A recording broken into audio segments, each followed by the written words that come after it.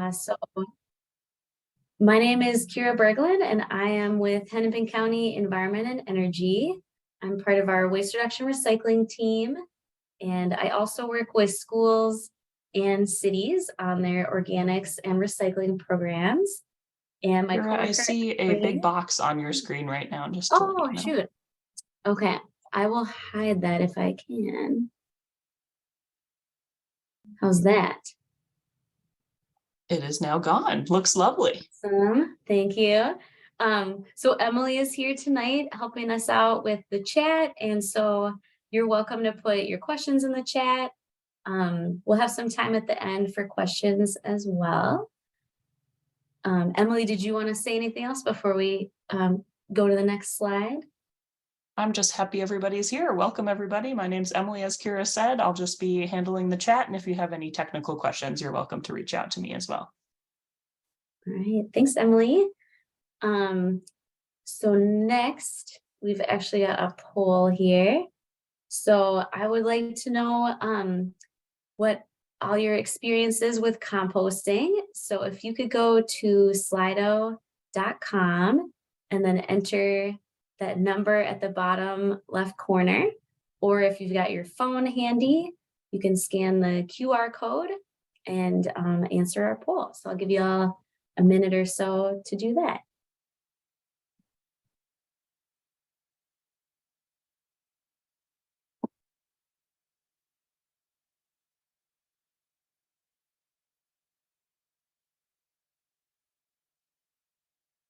All right, thanks for taking the poll. Looks like first responses, we've got folks that are new to composting, so that is awesome. And then some people have some composting experience as well, so that is great. I'll give you a little bit more time to take the poll if you would like. And again, you can go to that slido.com and enter the code or scan the QR code.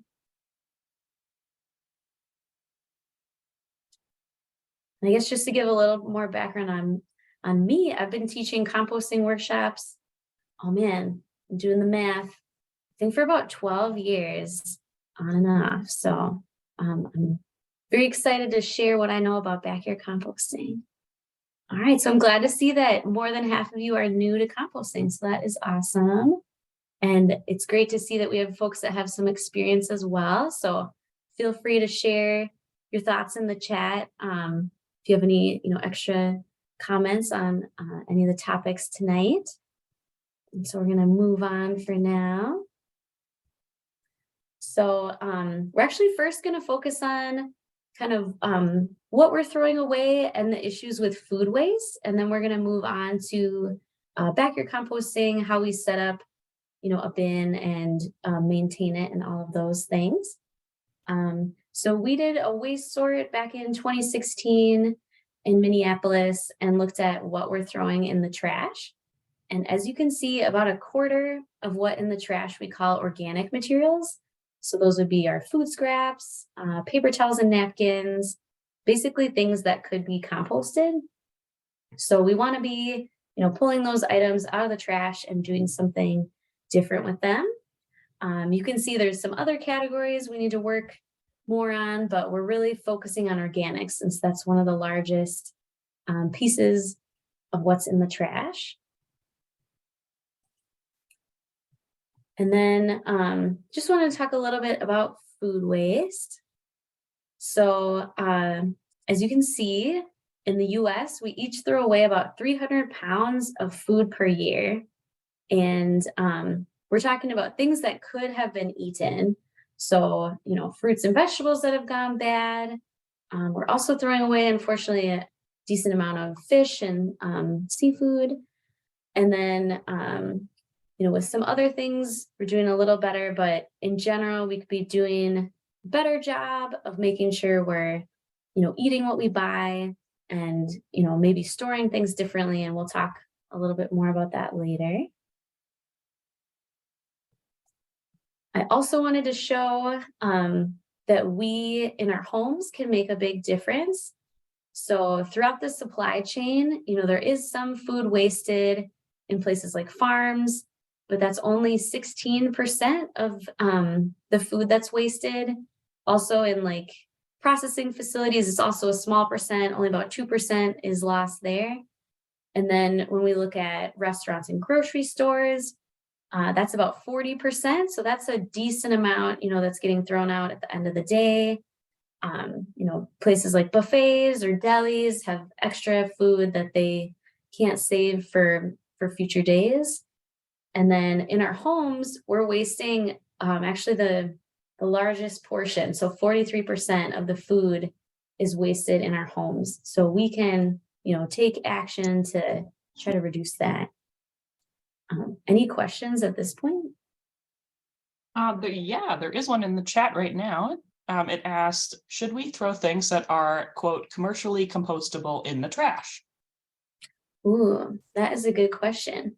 So if you have access to organics, so I'm thinking you're referring to items that you couldn't compost in your backyard when you're saying commercially compostable.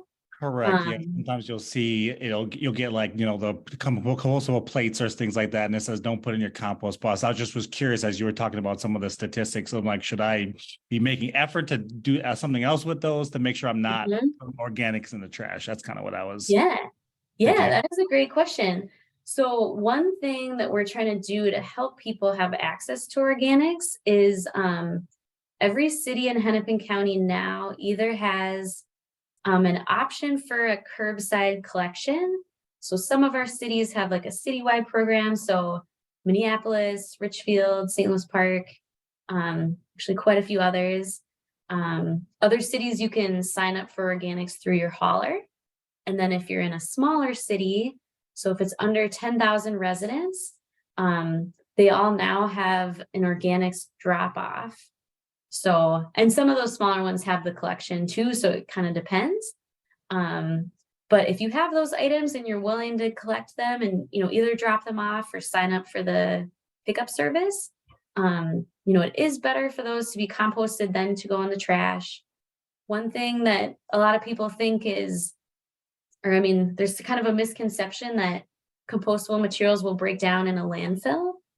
And actually that's not quite the case. So I'll talk about this a little more later too, but basically compostable materials in landfills don't really break down because they're being covered with a layer every day, usually dirt or some other material. And so no oxygen is getting in. And so when those compostable items do break down, more so with food scraps, but in general, items in landfills can create methane, which traps heat much better than carbon dioxide. So kind of the other way to put it is food scraps in our landfill are contributing to climate change. So I can't say, in detail about the compostable products. They're really, releasing much methane, but, kind of the highest and best use of them is for them to be composted if you, can have access to those. And maybe Emily, if you could put in the chat the organics, page that has like the drop off and collection programs, that would be awesome. So you can see, what's available in your city. Yeah, for sure. Put that link in there. So that has all the information for each city as well as all the drop off locations are listed there as well. Cool. So I'm going to go ahead and play a video and then we'll kind of wrap up food waste and then move on to composting. So I will exit out of the slides. And pull up. This video was made by some students at the U of M. And I feel like it's a good way just to kind of cover the issue of food waste.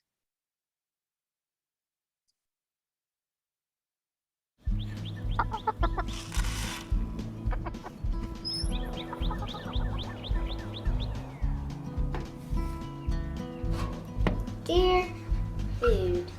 Dear food. I know you already know this, but I need you. You bring my family together. You sweeten my celebrations. You make my deals. You satisfy my senses. And you keep me alive. Trabaja muy duro para que sea posible. Spending your life growing in the field, the factory, or the sea. I tried to be good to you. I give you half of my land. 2/3 of the water I consume, 1/10 of my energy, And 1/6 of my workforce. But I want to apologize. Because after all that, you deserve to be eaten. but instead, I throw away almost half of you. Enough calories to feed 150 million people. From harvest to home, I waste half of all fruits, vegetables, seafood, and 1/3 of all grains. I'm better at meat and dairy, wasting only 20%. But this is a double waste, because essentially, I'm also dumping all the grain or grass the animals ate to make the muscle or milk. And I waste you in many ways. For example, sometimes I leave you in a field to die because it costs more to harvest you than you're worth. Other times, I mistakenly damage, contaminate, or spill you. Or I reject you when you're imperfect. because I judge by appearance. But mostly I squander you in supermarkets, restaurants, and homes. When you are so close to being eaten. I offer too much of you. So I take too much, and I can't finish you. Or I can't sell all of you before you go bad. At home, I forget about you. Or I cook too much, and I don't know how to store you. Or maybe I just don't like leftovers. Part of the problem is that, on average, I spend a smaller fraction of my household budget on you than in any other country or any time in history. And my spending is spread out over days and weeks, so I don't notice the cost of wasting you. But my lack of noticing adds up. I devote 4 California's worth of land and more water than all non-agricultural consumption combined. Just to grow food that doesn't get eaten. This is not your fault. It's mine. Only I can buy less of you and eat more of what I do buy. Only I can accept your imperfections. Realize that best before doesn't mean use by. And store you better. In general, I need to learn more about you. Because this is about us and our relationship. Yo te ayudo a crecer. And then I eat you. Anything else is a waste.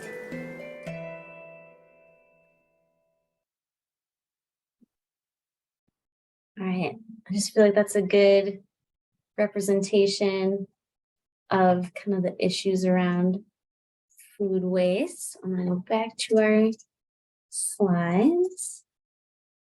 That looks great. Yay. So I just wanted to kind of go over a few strategies for reducing food waste. One would be, sticking to that grocery list when you're at the store. For some people, doing meal planning is helpful. So thinking of, what meals you want to eat that week, and then just, buying ingredients for those meals. Also thinking about, your fridge and, having a spot in your fridge where there's items that you need to use up first. So in the image, it's a little hard to tell, but there's a little basket, and it's the things that you want to use up that, might be getting close to going bad, that kind of thing. I try to just pull those items to the front of the fridge so they don't get lost in a back corner. And then with the dates on food packaging, it's good to think of those as more guidelines. There's plenty of foods that pass that date. They're perfectly fine and they're safe to eat. So just opening things up, checking them out. There's kind of a misconception that the date means past that date, it might not, be safe to eat, but especially like, canned foods last a long time. Dairy, if you don't open it, can be perfectly fine. And then there's a lot of great storage tips for produce. One of my favorites is when you buy a bunch of herbs, you put them in a jar of water. So that helps them last quite a bit longer. I've had herbs last for, at least a couple weeks versus if they're just in the little bag they came in, might not last even past a week. And then there's a lot of great resources. One of them is Save the Food. So that is a campaign that's been going on, has little, like PSAs about why Reducing food waste is important. Lots of other resources like recipes and storage tips. Eureka Recycling, you might be familiar with. They're a local organization. They have some good food waste reduction resources and guides on their website. And then over in the UK, they've been working on food waste for quite a while. As you may know, in Europe, they don't really have as much space for landfills, so they're trying to reduce their waste whenever possible. So their campaign is Love Food, Hate Waste, and another spot for recipes and things like that. So I will send out these slides probably realistically next week, so you can check out these resources if you're interested. So now on to composting, unless there's any questions in the chat. I'm not seeing any questions, but I did just post all those links as well that you mentioned. Oh, great. Thank you, Emily. So generally when we're composting, we're breaking down those organic materials. So it could be your food scraps, it could be plant trimmings from your garden, leaves, all that. And over time, they are breaking down and they're really great to add, or the compost is really great to add to our gardens, add nutrients back. And so I am curious to know why you all are either interested in starting or continuing to compost. So we've got another Slido poll. So you can scan the QR code or go to slido.com and enter that code. So I'll give you a minute or two to take the poll.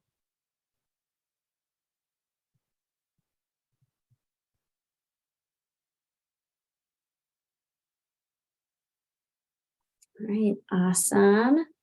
So it looks like folks are interested in keeping food out of the trash, and we'll get into that into more detail in a little bit. Improving soil is another great reason. And yeah, definitely using that compost on site. So, we talked a little bit about organics earlier. And if you're not familiar with those options, that link's in the chat. But, if you're composting in your own yard, then you get to use that compost, in your garden, or we'll talk about uses later on as well. So thank you for taking our poll. I'm going to go ahead to the next slide in a moment. Awesome. So just kind of wanted to give a little more detail on why composting is important. So we talked about the issues with landfill. Kind of the short version is food in our landfill creates methane. Methane is much better at trapping heat in the short term than carbon dioxide. So food in landfills is contributing to climate change. And then the other destination for our trash would be an incinerator. And if you think about, what our food scraps are, fruit peels, veggie trimmings, those have a high moisture content. So just not really something that's easy to burn, more or less. And then instead of throwing our food in the trash, we can use it to make compost, which improves our soil, adds a lot of nutrients back, adds little microorganisms back to the soil, because the organic part of the soil is one of the most important. It helps, basically our plants and even in the forest, our trees have nutrients to grow. And then kind of depending on what soil type you have, compost is great for a lot of different soil types. So if you have a more clayey soil, it helps aerate it so it can drain better. If you have a more sandy soil, it helps it hold on to water. So if we have, some dry spells, your soil is retaining more water. Compost is really great to use in projects where they're like redoing the roadside. So they can put compost down and help control erosion when they're replanting those areas. And then if you're using that compost, you don't need to go buy fertilizer. You don't need to buy the compost. You've got it ready to go in your yard. And so also wanted to get into details on what you can compost. So basically anything from a plant, and more specifically, your fruit and vegetable scraps, banana peels, when you're trimming vegetables, those pieces can go in. A couple things to keep in mind is things like fruit pits are going to take a long time. So like, cherry pits, plum pits, things like that. But definitely include them. We'll talk about how to handle them a little bit later. Also things like, corn cobs might take a long time. Tea bags, it actually depends.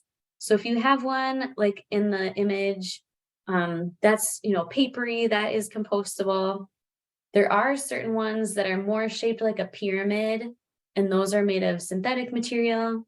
So if you tried to tear that, it's really hard to tear. So that type, if you're feeling like you want to go the extra mile, you can cut them open or avoid tea bags in general and use like loose leaf tea. And then that's, definitely compostable. If you drink coffee, both the coffee grounds and the filter can go in the compost. With eggs, we just want to include the shells. So if you have like cooked eggs or, even raw eggs, you want to leave those out, but the shells are great. I believe they're a source of calcium. So when I crack an egg, when I've got the little shell, I just kind of crush it in my hand. As you can imagine, those take longer to break down. So if they're smaller pieces, that will help. If you have bread that's gotten a bit moldy, that can go in. Also like cooked grains, things like that. Those can go into, or even raw grains if you have, some rice fall on the floor, things like that. Paper towels and napkins are compostable. They're not recyclable. So best to put those in the compost pile. Egg cartons are similar, not recyclable, but good for your compost pile. I would recommend tearing those up into smaller pieces to help those break down. One thing I've started doing too is in my little kitchen pail, I'll take like some pieces of egg carton and line it. So it kind of helps absorb some of the moisture and helps when I'm dumping the little kitchen pail in the backyard bin. And then you can include yard waste, so leaves, plant trimmings, cut flowers. With grass clippings, we recommend that you leave those on the lawn. They will add nutrients back to your soil. If you do collect them, you can put them in the bin. Just wanted to mention that. One other thing I'll mention with leaves is in the fall, it can be helpful to save some extra leaves for the following year. So especially if you don't have a lot of paper towels and napkins or egg cartons, those dry leaves are really great to balance out the food scraps. So I actually just have a paper leaf bag in my garage. You could put them, in a plastic bin, but basically somewhere where they're not going to get rained on, because they will break down, even if it's just, leaves on their own. Any questions at this point? Yeah, there is a couple questions. Why can a whole egg not be composted? Yeah, so that's a good segue to my next slide. So I'm going to bring that one up. So basically any animal products we want to avoid. So eggs, meat, dairy can attract animals. When they break down, they could be smelly. They break down in a different way. You need a higher heat to break those down. So that's why, at least in your backyard pile, we don't recommend it. The other side is most cities have an ordinance and they say no, meat, dairy, animal products in a small scale backyard pile because of the lack that, I guess it's really hard to get high enough heat to break those down in a good way. Was there another question? You may answer these, so I will just mention them and then you can proceed along with the things not to include. What Sure. about weeds? Does the compost get hot enough to break down weed seeds? And then the other question is, what about fruit with seeds? Ooh, great questions. So I'll cover the fruit with seeds so I don't forget. There is the possibility that seeds can sprout in your compost pile. The ones I've seen most common are like tomato plants, squash plants. So they're not going to cause problems, but you may have some greenery. If you're stirring it, those would just get kind of reincorporated. I've also seen people like grow, use their compost bin, like say they have one that has, a wire mesh kind of side or like chicken wire. Sometimes they'll like grow vines on it. So you can be creative if you want to do something like that. So some seeds, it's possible they'll sprout. It's not real common. It needs to be the right conditions. But if that doesn't answer it, feel free to follow up in the chat. Weeds with seeds are a different story. So a backyard pile will not get hot enough to kill the weed seeds. So it's best to put those in either yard waste pickup, or if you go to a yard waste drop off. They're composting on a large scale. So those piles do get hot enough to kill the weed seeds. But, even now, like I was pulling some dandelions earlier this week, and they were about to turn into the little puff ball. So those I put in the yard waste because I don't want to transfer those seeds, into garden beds and that kind of thing. I'll also mention greasy foods. Similar to some of these other items, there's not enough heat to break things down like, French fries, potato chips. So if you have organics, pick up or a drop off, that would be a better option for those. I'll also mention the large scale organics where, it's going to we call it like industrial or commercial compost site. They can handle meat and dairy. So those products can go in those collection bins, including like I've got the little chicken bone included in the picture. Even bones can go in that, shellfish, shells, pretty much anything that's from an animal, in the realm of food. And then pet waste. So that's the different story. Depends on the animal. So if you have a dog or cat, their poop should not go in the backyard bin. If anyone has chickens, their bedding or waste can go in the backyard pile. They have a bit different diet than our dogs and cats. Same with like rabbits, their bedding and poop could go in your backyard pile, as long as you're using like straw or wood chips for the bedding, wood shavings, I guess. And then wanted to mention cloth as well. So even if you have something that's, cotton or wool, there's a possibility that like the thread used in it is synthetic. Also, cloth takes a really long time to break down, so we don't recommend it in the backyard pile. And then any of those items that look like plastic but are compostable are designed to go to the large scale composting site. So if you put them in a backyard, they're probably just going to sit for a really long time. Same with sometimes people wonder about the compostable bags. You don't really need them for your backyard pile, and they're probably going to sit in there a long time. So I would avoid using the bags. Any other questions on what does or does not go? There's one other question about coffee grounds. So there's a curiosity, does the acidity of coffee grounds become reduced by being composted? Interesting. So I would say, soil has a pH, and this is probably a better question for like a master gardener kind of person, but coffee grounds, like you said, they will add some acid, but with all the other ingredients, so like as long as you're including, other food scraps like your fruits and vegetables, including some of those dry materials, what you really want is the balance between everything. So for instance, if you were trying to just, have a pile of like coffee grounds and little else, I think, that would be tough. But if I didn't answer your question, feel free to add as well. Any others before we move on? Ooh, I just saw one more come through. What does the municipal system do different than the backyard compost that would help break down those biodegradable plastics? Yes, that is a great question. So we have 2 large-scale compost sites that handle organics.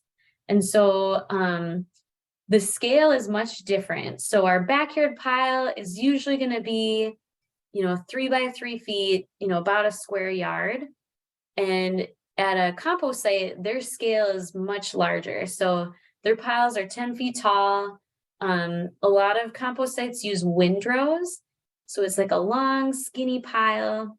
I guess I'm going to compare it to like a caterpillar. And so in that pile, they have a lot of mass and they're doing a lot to control the temperature. So they're making sure that enough oxygen is getting in there. A lot of it is just the scale. So those sites stay active in Minnesota year round, whereas your little backyard pile is going to freeze. But if you go to one of the large compost sites, their piles will be steaming because there's enough mass and enough organisms living in the compost pile to keep it warm enough. So they're getting up to like 160, 170 degrees. It would be challenging to do that in a small scale. So that's kind of the main difference there. I will go ahead to the next one and then we can stop for some questions in a little bit. So we've got one more Slido poll, kind of open-ended. What do you think are important elements, or you could think of it as like ingredients? What do we need to make a compost pile successful? So I'll give you all a minute or two to contribute to our word cloud.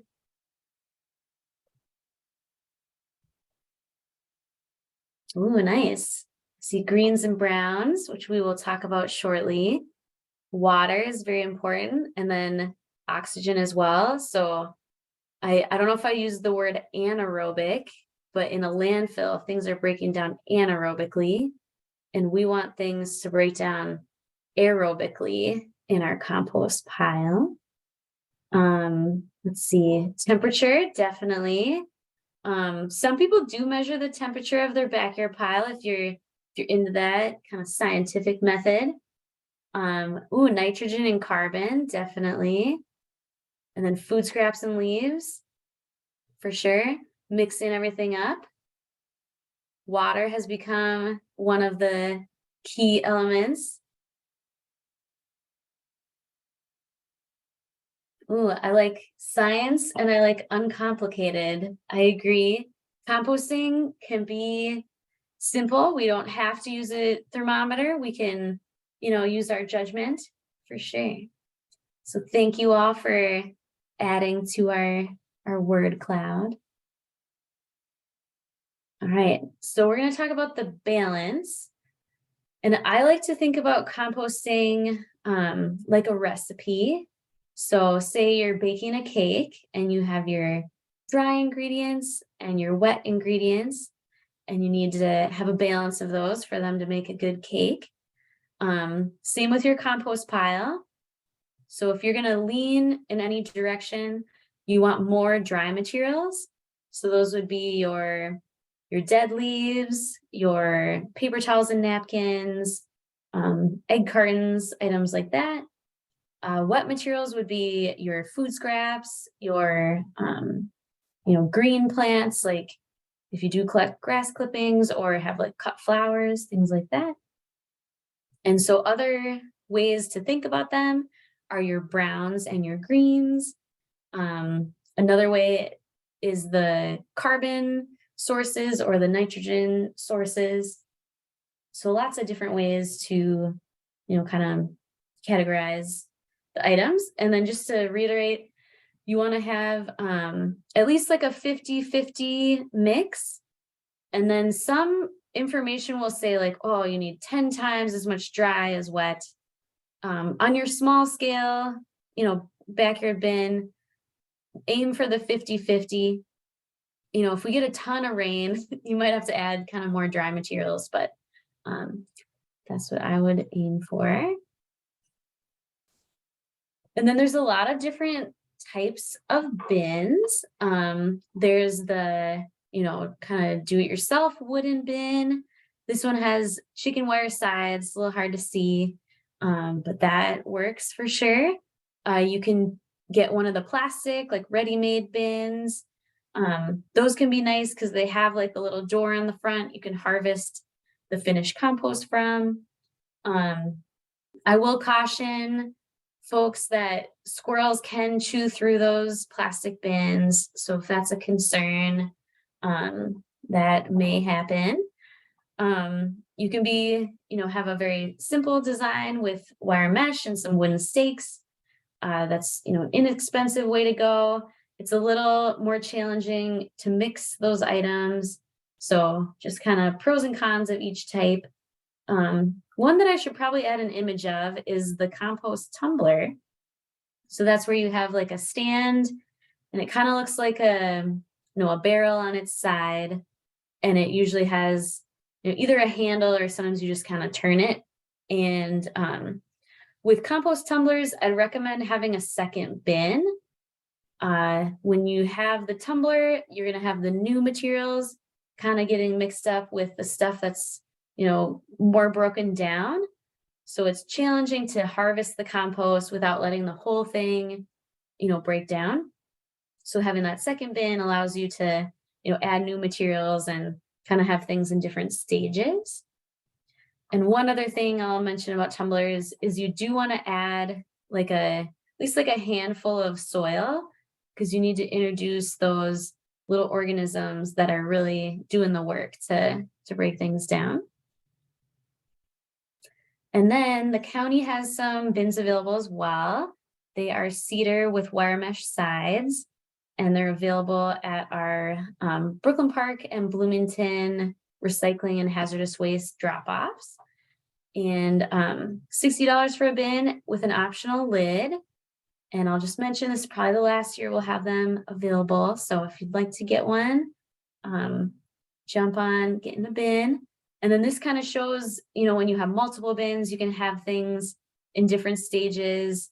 Got a lot of yard waste going on here, but you could even use one, not necessarily like county bin, but just a, third bin, as I mentioned, to store those leaves for the future. All right, and then a lot of things to consider for where to place your bin. One is putting it either on like grass or soil. So if you have it on a paved surface, it just makes it challenging for those little organisms that are going to be breaking things down to enter the pile. Things like mites and slugs and all those little guys. You want to think about where your water source is. If we have a dry spell, being able to water the compost pile will help it break down. If you have one that's, open top or like a mesh top, the rain will help, but may need to add some water if it's on the dry side. We sometimes are asked whether the sun is going to, help things break down, or having the bin in the shade. Is that okay? And as I mentioned earlier with like the large scale compost sites, the heat is coming from within the pile. So all those little organisms helping things break down are really creating that heat. So the sun is going to make a minimal difference. So I would say put it, where it's convenient for you.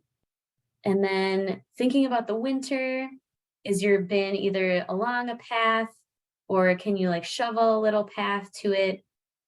You can continue composting year round. Well, I should say adding material year round. The bin and the pile will freeze, but in the spring, it's kind of magical. Everything will thaw and start breaking down again. So you can, add materials year round. And then I mentioned the city ordinance, talks about what materials you can compost. Most also say where the bin can be placed. So for instance, in Minneapolis, it needs to be 1 foot from the property line and 20 feet from your neighbor's home. So just a couple things to keep in mind. And then do we have any more questions right now? Yeah, just one quick question. How often should you add a handful of soil? Ooh. Yeah, so if you have the tumbler, the main time is at the beginning. So then you introduce those little creatures. If you have a bin that sits on the ground, you don't necessarily need to add soil. The organisms will have access as long as your bin is open on the bottom, which most styles are. Trying to think of any other circumstances. So I guess if you harvested materials, from a tumbler, you'd probably want to add soil again, just to make sure there's, the little critters that are helping break things down. But otherwise, you should be good to go. Anything else right now? Can you repeat what you said about the location from a neighbor's property? And I'll also type this in the chat once you say it. Yeah, yep, definitely. So it should be 1 foot from the property line, and at least Minneapolis. So if you're in Minneapolis, if you're in another city, you might want to double check. But Minneapolis, 1 foot from the property line, 20 feet from your neighbor's home. And I will also say, I don't think anyone is walking around like measuring. So the main thing is just, that it's in a spot that's not gonna like impede on your neighbor, if that makes sense. One more question for you, Kira, if you don't mind. Have you tried all the different types of composters and which setup worked the best for you, or if you have any recommendations? Yeah, I'm actually gonna go back because I think having visuals is nice. So this is the county bin. I have one of these right now. I am a fan. I think, like I mentioned with squirrels, wire mesh, they cannot get through. I actually don't really mind if they go in the bin or whatnot, but I know not everyone wants random food scraps in their yard. So wire mesh is a plus. I'll just go back. I don't think the others are far. I have done the very simple one on the right, the wire mesh cylinder. Not my favorite, just because stirring it is challenging. It's just kind of hard to get a tool in there and not mess with the wire mesh too much. If you have space, you can just pick it up and move it and then scoop stuff back in. The plastic bins, definitely pros and cons, just because there's no rain getting in, so you might have to water it more often. They're also more how do I say, harder to work with in the winter because they can get kind of frozen shut depending on the design. This is an earth machine, so I believe those are still available. There's a ton of different plastic styles of bins. I've actually never used a tumbler myself. I know a lot of people like them because they're easier to turn. I mentioned I work with schools. We've had some schools get tumblers because it's kind of fun for the kids. And then you can move it. It's not, directly on the ground, but I have yet to try one myself. And then, the DIY, building one with pallets can be good because those are, somewhat available. You just want to make sure they're not treated wood. So if you're interested in that, I could send some follow-up. So I guess just pop that in the chat if you'd like to know more about pallet bins. I think it's really, up to you, what works for your space. One more thing I will say about plastic bins is if your bin breaks and it's no longer usable, it would become trash versus the wire mesh you could theoretically recycle. So just one other thought. Any other questions at the moment? Yes. So I think you maybe mentioned this, but just to touch on it again, is any of the styles like the best at most completely and quickly turning your organic materials into compost? And then what tool would you use to turn your compost? Yeah. I think the frequency of turning is going to be more important. So I'm actually going to go to my current slide. And then it's actually kind of hard to tell what this person has that they're turning compost with, but you can use a pitchfork. You can use like a smaller shovel. There are special tools that are for, compost piles. Yeah, I think like a small pitchfork can work well. I have had like a tool that was like a metal rod with some little kind of wings on the end that would close when you put it into the pile and then kind of open when you pulled it up. That's my best description of it, but it's like a special little composting tool. It was okay. I think a pitchfork is just as good. And then, yeah, I think, am I answering the questions? I feel it was about type of bin and then tools. Was there anything else? There's another one that just came in. I have a plastic bin. Should I leave the lid off? Ooh, that is a great question. I guess it's a trade-off between if you leave it off, you will get the rain, which, is important to have some water. If you're concerned about creatures like squirrels, they will probably visit and maybe move things. So it kind of depends how you feel about that. But I'd say those are the main trade-offs. So I'm just going to talk a little bit more about balance. So to achieve the balance between the, dry and wet materials, when you're adding, a little pail of kitchen scraps, you want to also be adding, within, the same week or whatnot, some dry materials. So that could be paper towels, napkins, egg cartons, can even be tissues as long as they have no like lotion or additives. You could have those dry leaves ready to add if you want to save them in the fall. And then, you can add things sort of in layers. So some people like to like make a big layer of leaves and then a layer of the food scraps. So if you want to do that style, that works great. Some people also add, when they first start their pile, some sticks to the bottom, because then it kind of creates some airflow, so that can be helpful. And then with mixing or stirring your compost pile, it's really up to you. So the more often you stir it, the more quickly you'll get compost. So I think that was kind of the second part of the question, is like what's going to make things really break down.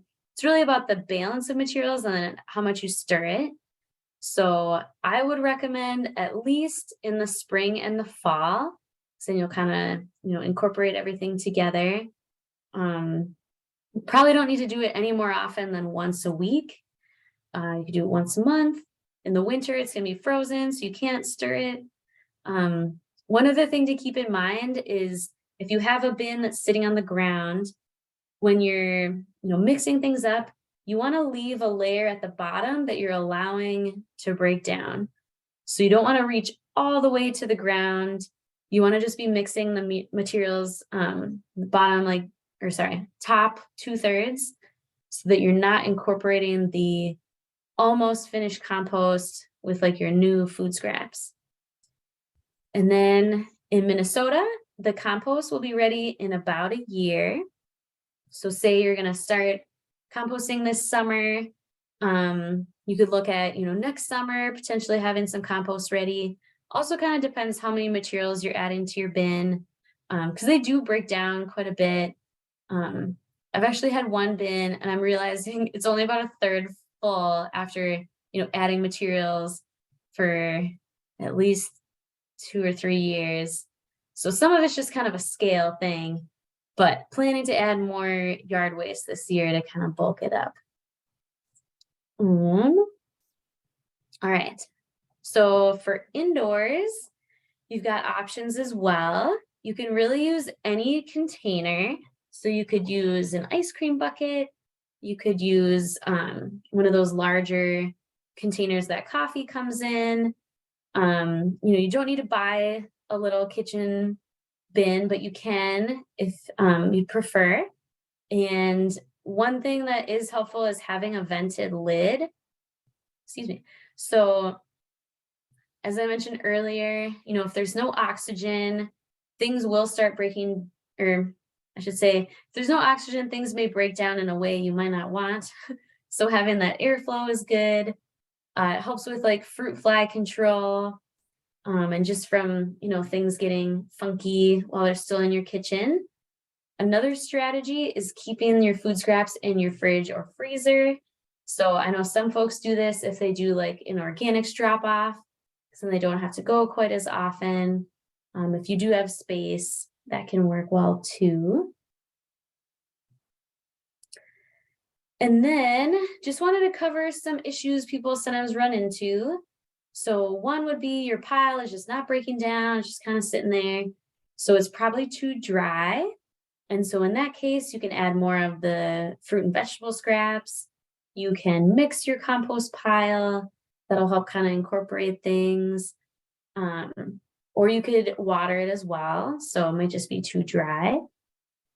And then if your compost pile is smelly, it is probably too wet. So in that case, you can also mix the materials that'll add some oxygen. You could add more dry materials. So, the dead leaves, paper towels and napkins. One other strategy is taking larger sticks. So about 1 inch across, maybe like 2-3 feet long, and just poke them into the compost. And then you're creating little channels for air to go into the middle of the pile. And then later you'll want to remove the sticks. And then one other potential concern would be flies.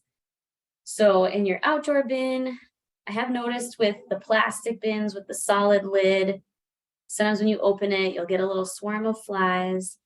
So in that case, you can cover the food scraps, make sure there's items on top they're not really interested in. So putting the leaves on top, or you can kind of, bury your new food scraps in the pile a little bit. And then if you run into fruit flies indoors, couple things to keep in mind. You want to bring your materials out like at least once a week. And then you may be familiar with vinegar traps. So you can create a little trap with a jar, some vinegar, usually put a little like dish soap and a little water to try to capture those fruit flies.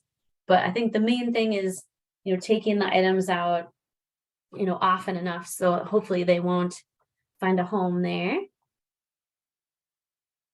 And then when you have your compost and it's ready, so it should look similar to soil, there'll probably be items that are recognizable, but most of it should be broken down. So you may encounter like nutshells, fruit pits, things like that.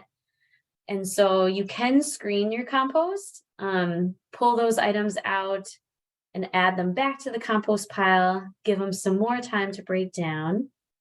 You can also put out a tarp. So when you're, harvesting materials from your bin, you are kind of trying to pull things from the bottom, but you're going to get some of the unfinished stuff. And then you can scoop that unfinished stuff back into your bin. And then I'm imagining you all are aware of what you can do with the finished compost, but there's a lot of options. You can add it to your garden.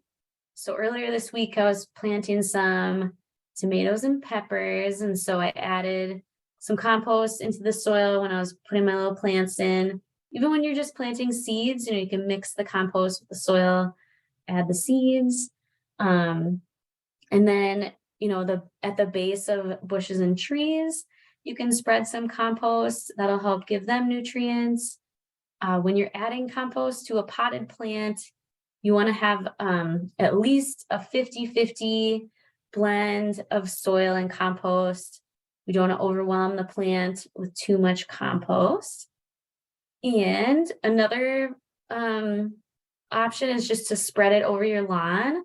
So, kind of evenly spread a small amount of compost to add nutrients there. I think I covered that slide.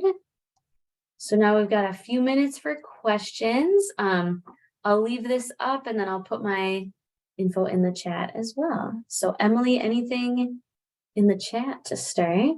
Yes, you do. You have a few questions here. How often should we stir? Ooh. So I would say, the goal would be at least, once in the spring, once in the fall.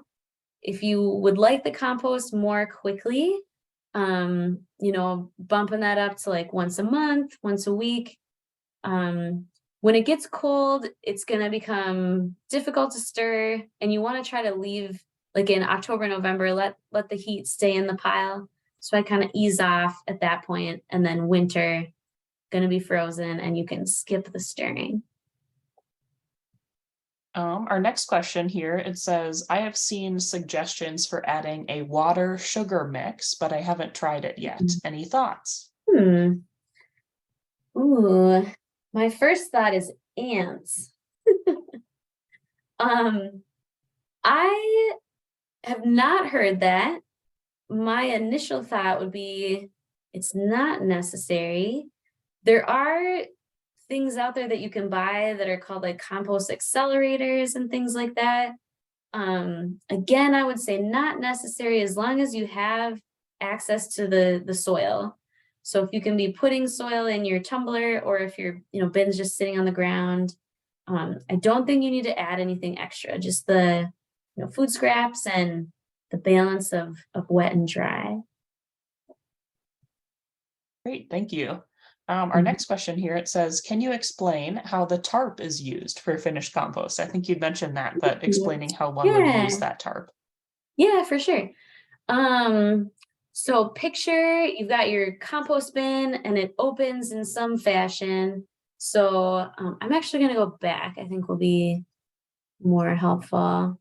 So this one is kind of hard to see, but you've got a plastic bin. This style actually is in like two halves. So they took off the front half, and then there's like a little bit of green tarp you can see. So they've got the tarp lying on the ground next to the bin.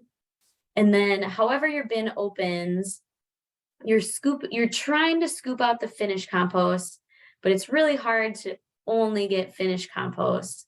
So once you've got that out, then you shovel the unfinished stuff back in. So if any recognizable food scraps sneak out, then you're shoveling those back in and letting them have more time to break down. And then you can even use the tarp, to move the compost around. So I'll just mention we deliver compost to schools earlier this month, and often they have it delivered on a tarp because then they can, either put it in wheelbarrows and move it around because they're getting a larger amount, or, if they have a smaller amount, they can just move the tarp around and then be able to, keep it contained. Awesome, thank you. How or where could I test the nutrient makeup of my compost once it's finished? Ooh, that is a great question. And I'm realizing I hid my controls. So hang on a second. I think, oh gosh, the U of M does soil testing, and I would imagine they could test compost, right? Was the question for nutrients? Yes. And I see that we're at 8, so if you need to leave, no worries. But thank you all for coming. I will continue to answer questions. So I don't have, Emily, did you just put it in the chat, the soil testing? I sure did, yeah. I found their soil testing lab. It's a whole lab. Yes. So I would assume they could test compost if they can test soil. So that would be my first suggestion. And I can see the chat now. So I'm going to go to the next question. Shredded paper and newspaper. So our take on paper is if you can recycle it, it is better to recycle paper. We can recycle paper about 7 times. So we want to, be reusing those paper fibers. If you need dry materials, so this actually came up in a composting workshop last week. Some people just don't have a lot of the dry materials readily available. If you need to add shredded paper and newspaper, that can be your dry material, but consider recycling your number one choice if you can. Earthworms and other bugs in the pile. You may see worms. It's interesting. I actually don't feel like I see a ton of stuff in my backyard pile. I also have a worm bin, so it's just very apparent that they are there. So if you're not familiar, you can compost with a special kind of worm called red worms indoors in a contained system. Mine is just like a plastic tote. And I do see little mites in there. So you might see little teeny tiny mites in your backyard pile. Earthworms are actually, they more so break down the soil further. And Emily, you might know more about their impact on the forest, because I know that we actually do not want earthworms in the forest because they impact the understory. Can you add to that? Ooh, that's a good question. Earthworms, yeah, they actually are invasive, so we're not trying to be spreading them all around. You're exactly right that they do impact soil a lot. Of course, they're also kind of everywhere at this point. So that's maybe more of a consideration with when you're sharing potted plants or like repotting a flower, for example, from your garden and giving it to someone else. That would just be something you'd want to look for, is to make sure they're not spreading around worms. Yeah. Or if you fish, if you have any leftover worms, do not release them. Dispose of them in another way, I guess is the best way to say it. Let's see. Ooh, the website for the Love Letter to Food video. Definitely. Or Emily, do you have access to that, or should I grab that? I shared the YouTube video link in the chat as well. Ooh, I will just pop it in one more time. Oh, wait. Oh, thank you. You're so fast, Emily. It's why we're a team, Kira. We got it. Yes. Yeah, that'd be a great one to share with students. I've definitely shown it before, and I've even gotten chuckles out of high schoolers, which, if you're not familiar, they are hard to amuse. And then how can schools get compost delivered to them? So your school has to have an organics program, and I don't know if Zachary Lane has one. If you could remind me, I believe they're Osseo district. I am guessing they do not have one because unfortunately, Osseo discontinued their organics program last I heard.